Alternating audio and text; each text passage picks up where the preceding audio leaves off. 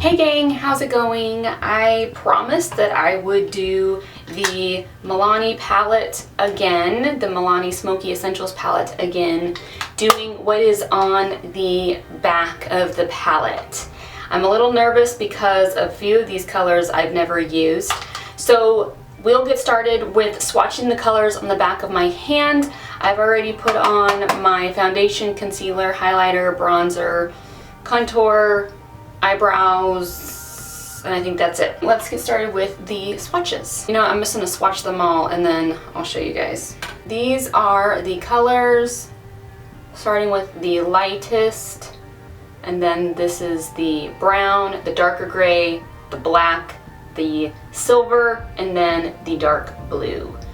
So there you have it.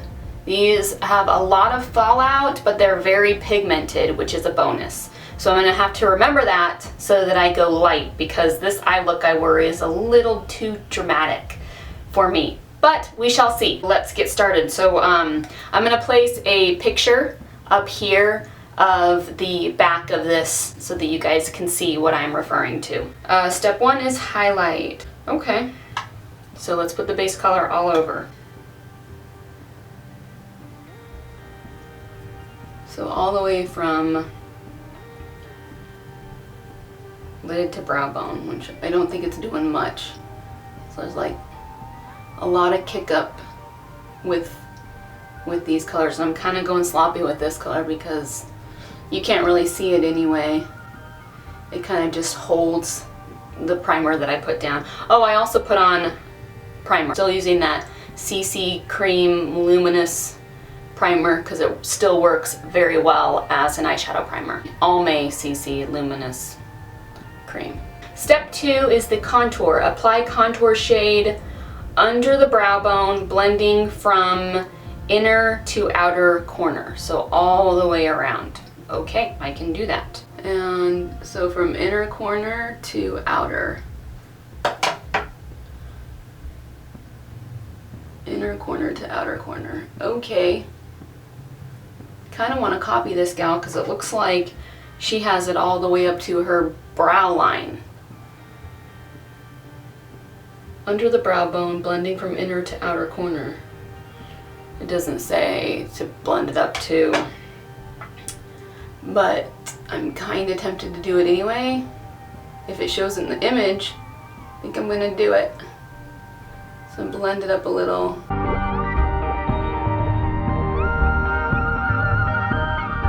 Okay, now I'm gonna switch out and use my blending side of my Eco Tools brush. I'll be using the smudge side and the blending side. And I'll just kind of use this to kind of blend. Step three is color. Tap lid color onto center of lid, blending well. The lid color is the dark gray. So I'm also going to tap it on here because this stuff is soft. It's pretty soft. So I'll put it on the center of my lid. That's all it says, right? It doesn't say anything else. And then just blend well.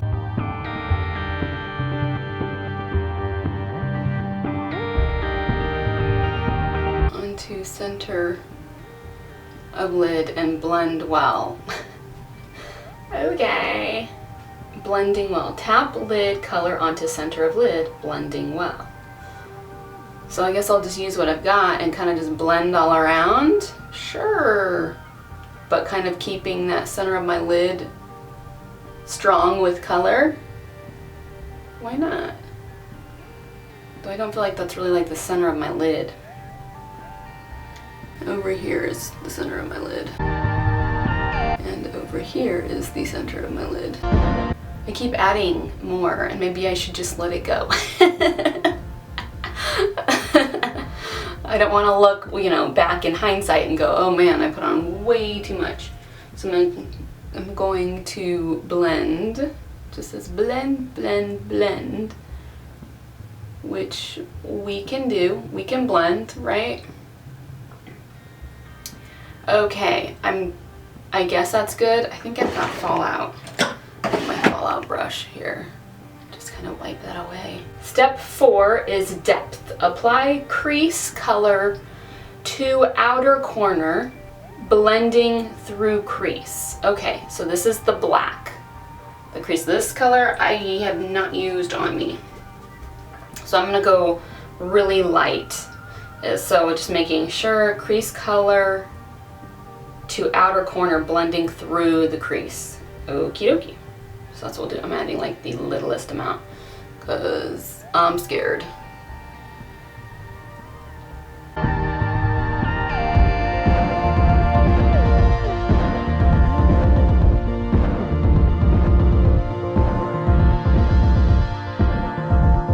Granted, this gal doesn't have hooded lids, so we'll improvise, right? Ooh, that's kind of heavy right there. Wow, look at that. Compared to this, I put too much on right here. Go away. Go away. See if I can like buff it out. Just trying to like lessen the darkness. So now I'll blend it upwards. I'll do the same over here. I wish my viewfinder was big enough I could just watch myself on the viewfinder instead of looking over here at the mirror. Let's move on to the next color. Step 5 is to brighten. Tap specialty shade lightly on inner corner of the eye. Add a little bit on the smudge side. Put it into the inner corner of my eye. I don't necessarily, actually I don't ever really put a light color on the inner corner of my eye because I think it enhances the flaws of my eyes when I do that. My eyes are not even with each other. And so when I do this, I feel like it enhances how like uneven my eyes are and not symmetrical. But of course that's just my own insecurity. So here we go. Tap, tap, tap. Step 6 is define. Apply liner color close to upper and lower lash lines. Okay. But it looks like she wings it out really good too.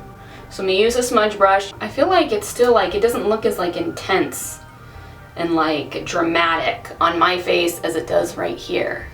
So maybe we'll go in and we'll do some touch-ups when I'm done. So tapping it in, we'll apply it under my lid. I am kind of pleased though that this isn't too crazy dramatic. I thought it would be, and it could be because I'm just using a light amount. I'm sure this could go pretty dark pretty easily.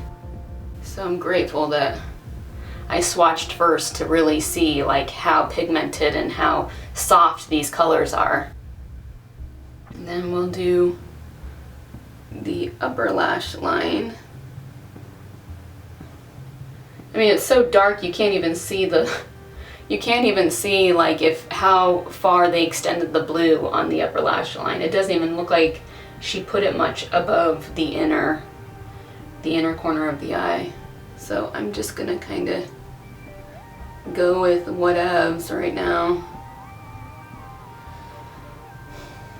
So I think I'll just do the top 2/3 of my eyelid with this blue.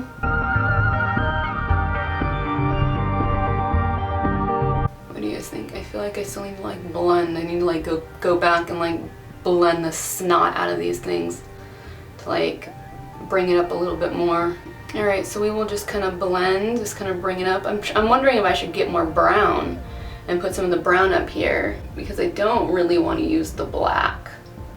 And then the silver kind of erased. I'm wondering if I should reapply the silver. The silver didn't do as good as I thought. Maybe I'll use I think this is just like the eyeshadow. I have 2 of these, by the way, but I think this one is the eyeshadow brush. I can't remember the name of this one. And this is the gray, right? And so let's dab a little and then kind of go like all over the top instead of just the center. Thought that was kind of weird how it said just the center, but maybe it's just to have it more look more smoky instead of shimmery and pigmented. It doesn't look too defined or anything. It's kind of a bummer. Maybe I'll add a little bit more of the black with my blending side. Maybe come back and go like a little more to add. I just feel like they all kind of, maybe it was a fail of mine, but I feel like they all kind of just melded in together to create one dark gray kind of color with a little bit of silver in the inside corner of my eye. So I will blend this up and out. I don't like what's going on right here. It could be a fault of mine though. Some people put the tape here and I'm sitting here going, maybe I should have put tape there. I don't do it. I don't think I look so great with this, like the harsh cut of a line. It doesn't look, I don't know. I think I look better with it a little more messy, but I could be wrong. And then I'm gonna blend this blue down here too with this black. And then I can go back over it in the blue. I think maybe that's what I'll do. Okay, let's get that blue back and we'll put some more underneath my eyes. I really want that blue to be striking.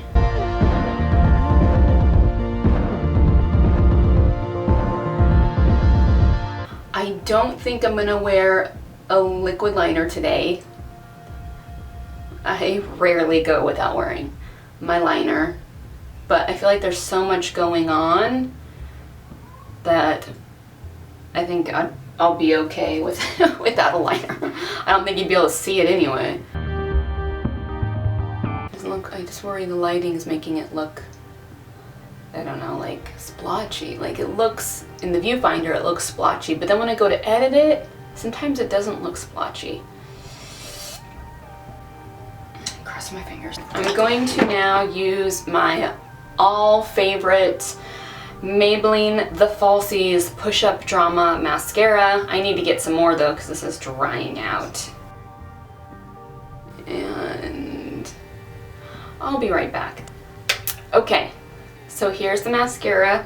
I'm trying to think which blush I should use. If I should use this blush or this blush, or if I should go for a browner blush or a pinker blush. So for blush, I'm going to use the e.l.f.'s blush and contour in Turks and Caicos. I'm obviously just using the pink and not the contour. I mean, this color is dark, like not for me. But I do love this pink color. I love the neutral tone of it.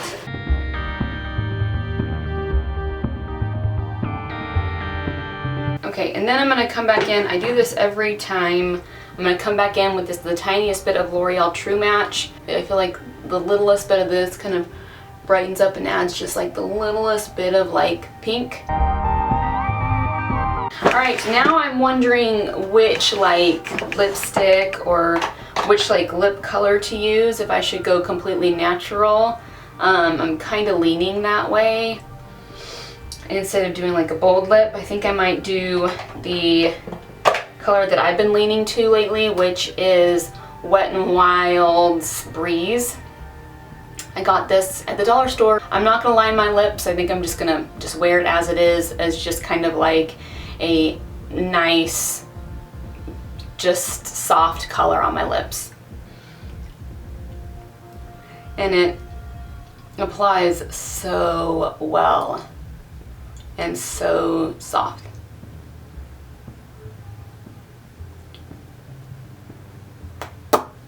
So here is the makeup look, and then we are going to move on towards my hair.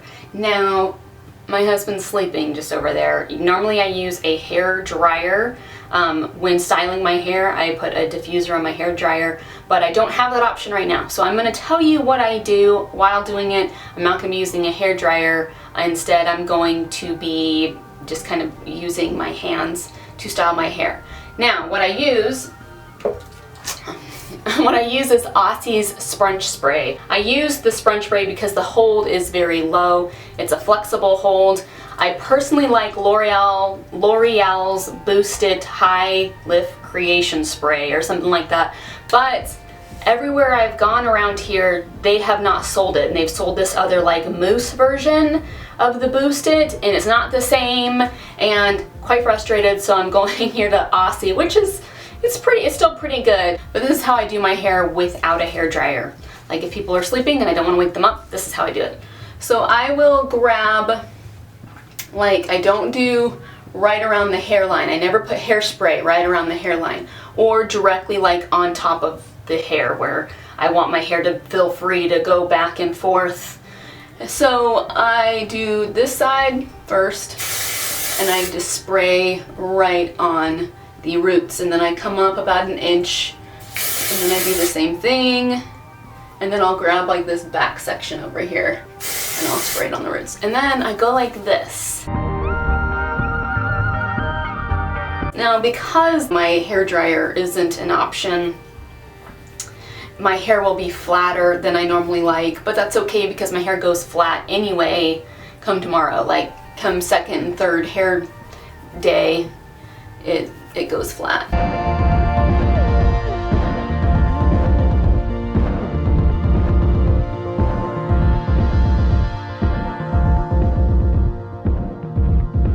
And then just kind of let it dry.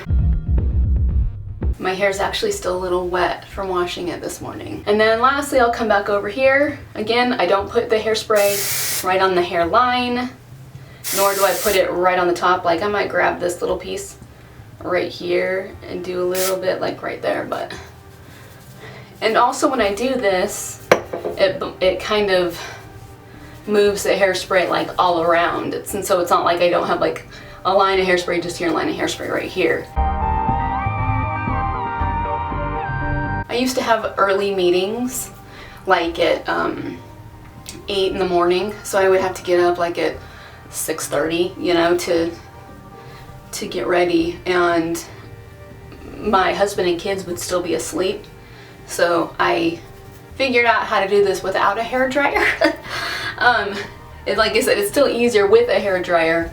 It just, this way it's less noisy, and I know some people don't care if they make noise when someone's sleeping. I am a little different in that regard. I have a little more respect for those who are sleeping because I know how precious sleep is.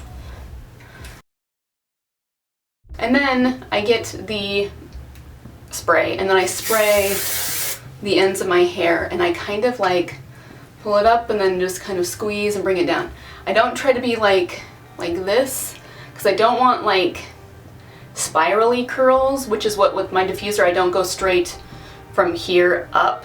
I kind of go like this, like kind of like up in an angle, because then that gives it more of the natural wave that my hair is. So I go like triangle, I guess you could say, like down and then up. Never like this because I don't want the springy curls. If you got the springy curls, do it like this. Do what is natural to your hair. But for me, I have like a wave, and I don't like the springy look on me, that is. This is how I do it. So I kind of just go all around my head. And it looks like I'm using a lot of hairspray, but I'm really not. Like, it will like wear out come the end of the day. That's another reason why I like this, because I have like the freeze spray, the Aussie Instant Freeze, and that stuff leaves like the crunchy, you know, stuff on your hair, you know, where your hair feels all crunchy. I don't like that. I don't want my hair to feel crispy. I want it to feel natural. So then go back here to the back of my hair, and we'll kind of just do the same thing. Again, my hair is still just the slightest bit damp in the back.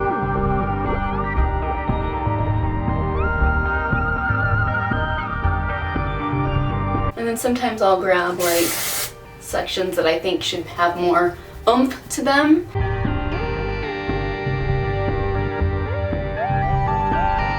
So again, this is a longer process, but it is a quieter process. I would have already been done by now. And that is it. That is the finished look. What do you guys think? Do you like this palette? Do you have any palettes similar to this? Because I've seen that there's many Milani palettes out there, and do you enjoy them? And thank you guys so much for watching. If you like this video, give it a thumbs up. If you want to keep following me, please subscribe. All my social media links are down below. But most importantly, y'all have a good day. I'll catch you on the flip. Bye.